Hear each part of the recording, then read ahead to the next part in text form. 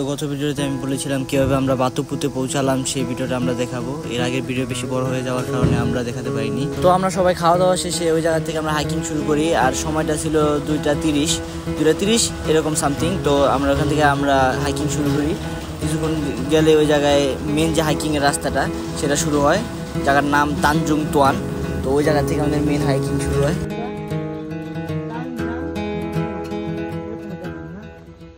গাড়ি গুড়ি ঢোকা নিষেধ, কিন্তু হাইটটা ঢোকা যাবো।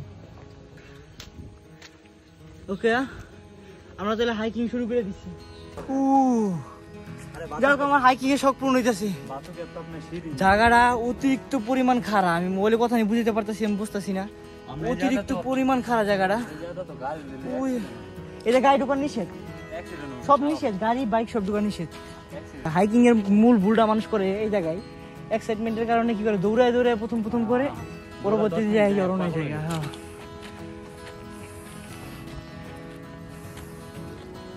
দেখেন লোকজন যায়, লোকজন যায়। তো আমরা যেহেতু প্রথমবার গেছি, আমরা সঠিকভাবে চিনি না, যার কারণে আমরা রাস্তায় থাকা কিছু মানুষকে জিজ্ঞেস করে নিয়েছি। আপনারা যদি যান রাস্তায় যদি কাউকে দেখতে পারেন, ঠিক আছে, তাহলে আপনারা জিজ্ঞেস করে নিতে পারেন। আসসালামু আলাইকুম। চিনি বলে মাসো বাতুপুতে। ওকে, থ্যাংক ইউ। তো আমরা যেহেতু প্রথম ভাবছিলাম যে 1 কিলোমিটার রাস্তা আর কি হইব, কতখানি আর রাস্তা হইব, কিন্তু যখন ওটা যখন শুরু করি তখন আমরা বুঝতে পারি যে না, আর আগে পরে কোনো প্র্যাকটিস নাই, তো হাইকিং করার কোনো প্র্যাকটিস নেই, যার কারণে প্রথম একটু কষ্ট হয়ে গেছে গা। ঠিক আছে,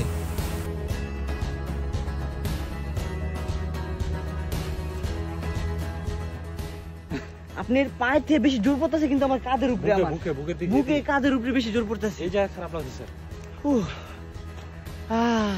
এটারে কয় হাইকিং?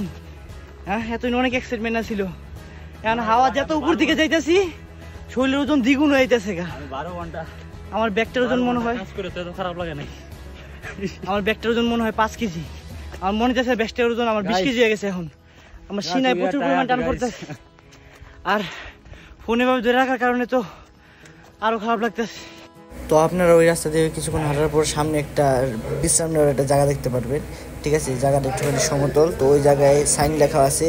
আর ওই নিচ বরাবরই মানকি বাইয়ের রাস্তা, যে বীজটা মানকি বাই যে বীজটা আছে, বীজটা আসলে অনেক সুন্দর। আমি বলবো আপনাদের ওই জায়গায় যাওয়ার কথা, কিন্তু যদি ওরকম মন মানসিকতা কিংবা ওরকম এনার্জি না থাকে, আপনি ওই জায়গায় না যান, আপনারা বাতুপুতের ভিউটাই নিতে পারেন, কারণ ওই জায়গাটা আরও বেশি সুন্দর। কিন্তু মানকি বাই যদি যান অবশ্যই খুব ভালো লাগবে, কারণ ওই জায়গাটা এমনি মেইন যে পান্তায় বীজগুলা কিংবা এই যে প্রোডিকশনের যে বীজগুলা, ওই থেকে অনেকটাই বেশি সুন্দর। আর এই বীজটা যাওয়ার রাস্তা, বীজটা বেশি দূর না, এই পাকা রাস্তা থেকে বীজটা বেশি একটা দূর না। তো এই মানকি বাই যে চিহ্নটা দেওয়া আছে, এই ঢালটা দিয়ে নেমে গেলেই সামনেই আপনি এই বীজটা পেয়ে যাবেন। আর আপনারা যদি মানকি বাই যদি না যান, তাহলে আপনার এই পিচে যে পাকা রাস্তাটা আছে এটা ফলো করবেন। এটা ফলো করে যেতে যেতে একদম লাইট হাউস অব্দি যাবেন। সামনে লাইট হাউস আছে, আর লাইট হাউসের ডান পাশেই যে বাতুপুতে যাওয়ার রাস্তা। ওকে, আমার মনে হয় আমি সঠিক জায়গা মতো যেতেছি।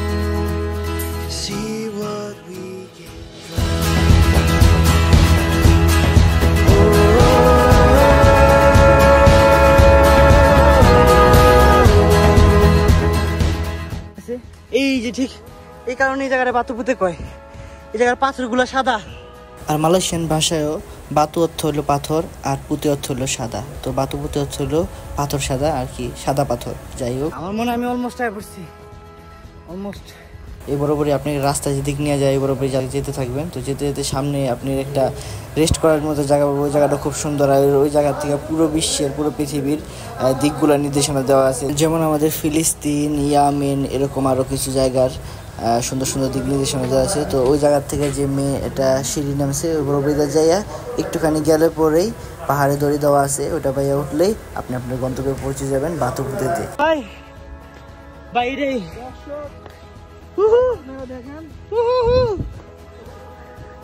এই তো বাতুপুতে। ওরে অনেক কষ্টের পরে ভাই সাব, এই আমাদের বাতুপুতে। কেউ পাইলেন জায়গা? এই যে উঠিন রাস্তা রেডি।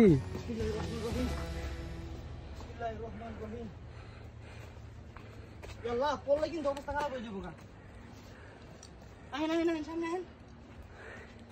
हाय की बाहर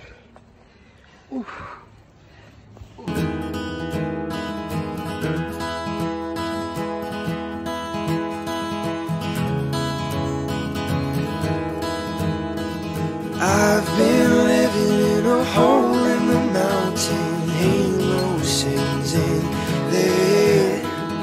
Oh, these memories. তো ভিডিওটি আপনাদের কাছে কেমন লাগলো অবশ্যই জানাবেন, আর যদি ভিডিওটি ভালো লেগে থাকে অবশ্যই সাপোর্ট করবেন, পাশে থাকবেন। তো আল্লাহ হাফেজ। এই যে ফল, এই ফলগুলো আমার জানার মধ্যে খাওয়া চলে না, এই সাদা সাদা ফল।